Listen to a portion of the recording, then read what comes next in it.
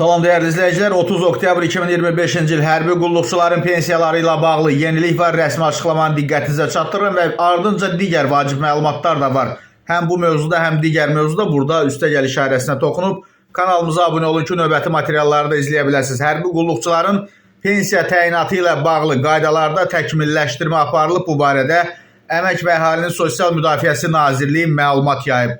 Qeyd olunub ki, Nazirlər Kabinetinin yeni qərarı ilə hərbi qulluqçulara və pensiya təminatı zamanı onlara bərabər tutulan xüsusi rütbəli şəxslərə pensiya təyinatı ilə bağlı qaydalar vahid normativ aktda birləşdirilib. Belə ki, bu vaxta qədər hərbi xidmət müddətinin və təminat xərcliyinin hesablanması, habelə bu barədə məlumatların təqdim olunması kimi eyni tənzimləmə sahəsinə aid və bir-biri ilə əlaqəli işlər müxtəlif qaydalar əsasında aparılırdı.